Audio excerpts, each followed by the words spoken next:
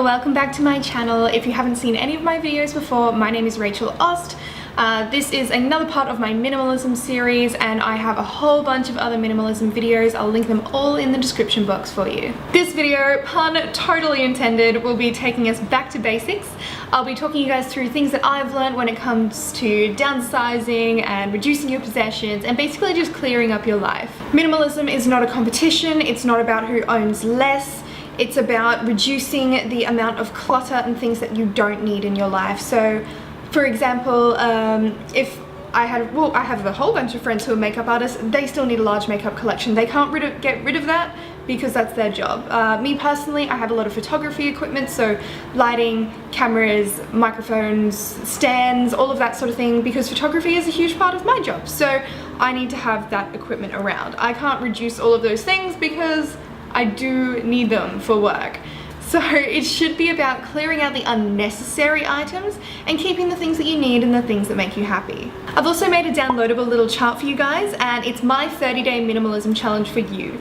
So there's 30 days and 30 little tasks set out for you, and it's just to help you declutter and get started on your journey. If you do find this video useful, I would love it so much if you give me a thumbs up. And if you do want to see more of this series, because I do have more videos coming, don't forget to subscribe to my channel. And now I'm going to take you through my 10 tips. So first off, we're going to start small. You don't have to go and tear your whole house apart straight away just because you want to get into minimalism.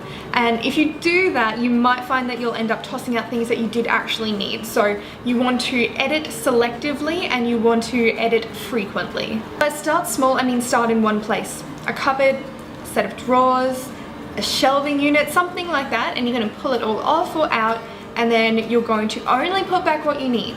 By starting in one place, you're going to learn to be a little bit more ruthless with your culling. If you just try to do everything at once, you'll end up going, I'll keep that, I'll keep that, I'll keep that, and you'll just get rid of a few things. Whereas if you're just focusing on one space, then it means that you're going to be way more selective with what you keep. Now you're just going to keep what's important to you, and these are things that you either need for your daily life or things that make you happy.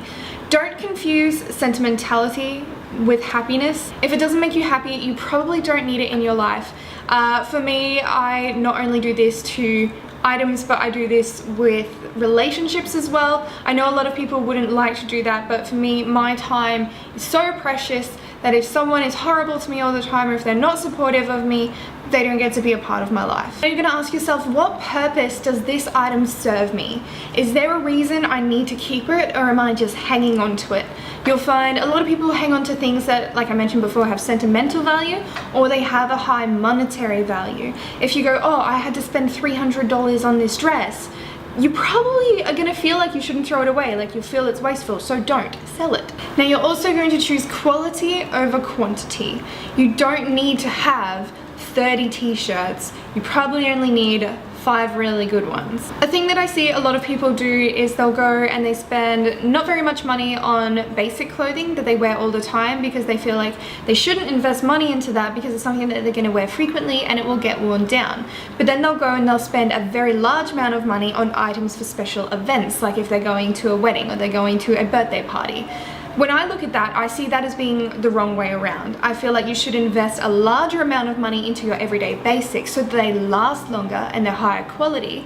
And if you do have to buy a piece for a special event or occasion, try and spend a bit less money on it, because you're either not going to wear it very frequently at all, or you're going to end up selling it afterwards, or it's going to sit stuffed in the back of your closet.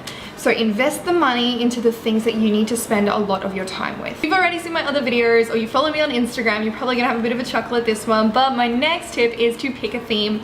So for example, my theme for my clothing is black, white, and gray, and preferably something that shows off my waist. You don't have to have the same theme as me by any means. That's what suits me and suits my body shape.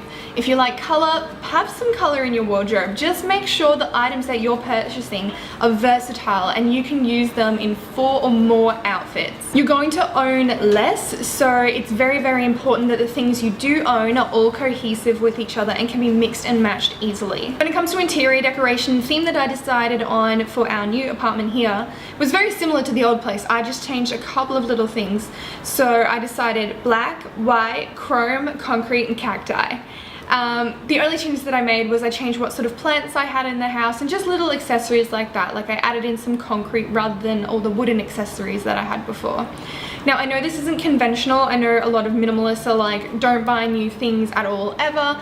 But for me, I love having a beautiful home and I love having a beautiful wardrobe. So I try to be very selective about what I do purchase, but I still want to allow myself to have an environment that is aesthetically pleasing for me. So I guess that goes back to what I was saying before about keep what makes you happy. I have to work from home quite a lot, so I want to make sure that my environment is one that I feel comfortable in, and I'm not going to feel cramped and I'm not going to feel cluttered, but at the same time, I want it to be really visually relaxing for me. My next tip is to edit your wardrobe regularly. If you've never done a wardrobe cull, I do have a video on how to do that. At first, you're probably going to want to do it once a month, and then eventually you can start spacing it out. So I need to do it every 4 months now. Mine is mainly just to make sure that my clothes actually fit after weight loss. I do have like a vacuum sealed bag that I had some summer clothes in, and I pulled them out and pretty much none of them fit anymore. So that was my little cull there, was getting rid of those items of clothing, and now I have to try and find summer clothes. My next tip is what I like to call purgatory, because it's sort of the deciding state about whether you will keep something or whether you will get rid of it. A rule for general household items, if they have to go into purgatory, their length of time is 3 to 6 months. For clothing, it's 12 months because you do have to get through a whole year of seasons. My next little tip is to keep your surfaces clear and limit the amount of surfaces that you have. So we have 2 bedside tables, and I mean we do have a table and a coffee table. I would prefer not to have a coffee table, or if I had a coffee table, I'd prefer not to have a dining table because we have a breakfast bar. I want to get rid of one of those, but having surfaces, you're very, very likely to come home, dump stuff on it, and then go and do something else. When you do this, ultimately it will start to pile up, and that's how things get messy. So if you do have a lot of like clear surfaces in your home, keep them clear. This might be a difficult one for a lot of people, but you're going to learn to say no. If you're walking along the street and they're giving away free samples for something, no. If someone's trying to send you goods to promote online but you don't really like them, no. Someone's giving away something because they don't want it anymore, no. Someone you don't like is trying to make plans with you, no. Any sort of situation that doesn't make you happy or has things that you don't need, say no. Also going to try and learn to ignore sales. So if you're constantly getting marketing, this is pretty frequent for emails. Like if you purchase something online, you'll notice that you always get emails from them trying to sell you more things. And you're actually going to learn to ignore physical sales as well. Don't buy something just because it's on sale. Like, yeah, it might be a bargain, but what are you going to do with it? Instead, what I like to do is make a wish list. So on my computer, I have a folder and it's called wish list, and it just has bookmarks to all the items that I think I would like to purchase. And those bookmarks, they can sit in there, like I have some in there for like 2 years before I decide to purchase it, but really just reevaluate what you're getting and how it will fit into your life. Now, there's tons more tips that I could share with you guys, but I thought I would just share 10 that I find really, really useful. You can find more tips in that downloadable calendar that I made for you guys. It's not set out for any particular month, so you can just start it whenever you want. It's just the next 30 days, and it gives you a task for each and every day.